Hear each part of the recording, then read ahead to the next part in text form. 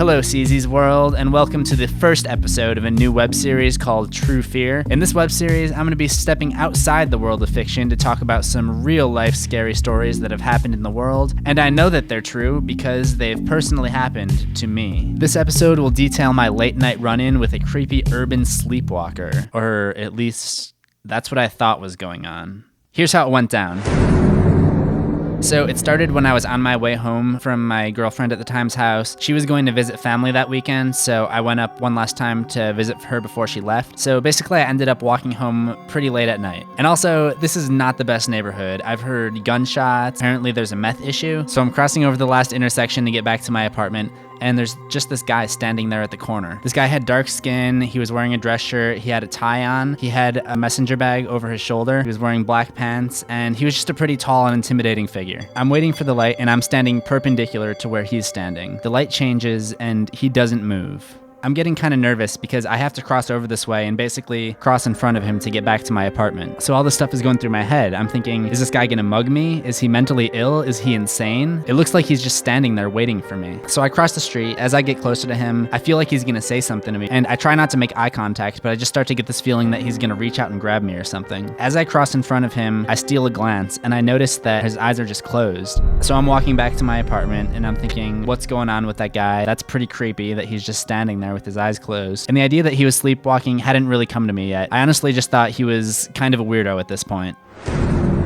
As I get to my apartment, I'm just thinking more and more about how weird that whole situation was. I want to go and get some video evidence of it, but I kind of doubt that the guy's still standing out there after quite a few minutes. So I grab my roommate, who's also into mysterious things, tell him about the situation, and we go to check it out. Sure enough, the guy has not moved whatsoever. So we get out there, we're behind him now, about 50 feet away, and it's just quiet. It's 2 a.m, there's no people out, there's no cars out, and we're keeping our voices down low as we talk about him so that he doesn't hear us if he is awake. As we're debating whether or not to get closer, I snap a quick photo and video. Now it's pretty far away, it's not the best evidence, and it's at night, so it's a little bit hard to see, but the figure is just really creepy standing there at the end of the corner, and it's the only evidence that I have from that night. So finally we decide, okay, we'll just walk forward, we'll walk past him, see what happens, check things out. And as we get closer, the guy just drops, and he catches himself with his left leg, and he's almost like in this stretching position, like he's lunging to the left. And he gets to that position, we just freeze. We're like, okay, what's going on here? Then he proceeds to stick in that position for quite a while longer. We're not exactly sure what to do. And I know I probably should have gotten another picture at this part, but I honestly felt like this guy was gonna turn around at any point. So finally, we're waiting around for a little bit, he doesn't do anything, and we decide to get closer again. And as we're walking up to him, he stands up, looks around, seems kind of confused, and then just starts walking forward across the street and disappears into the night. We don't bother following him because at this point we figured that whatever was going on with him, he'd snapped out of it, he'd woken up.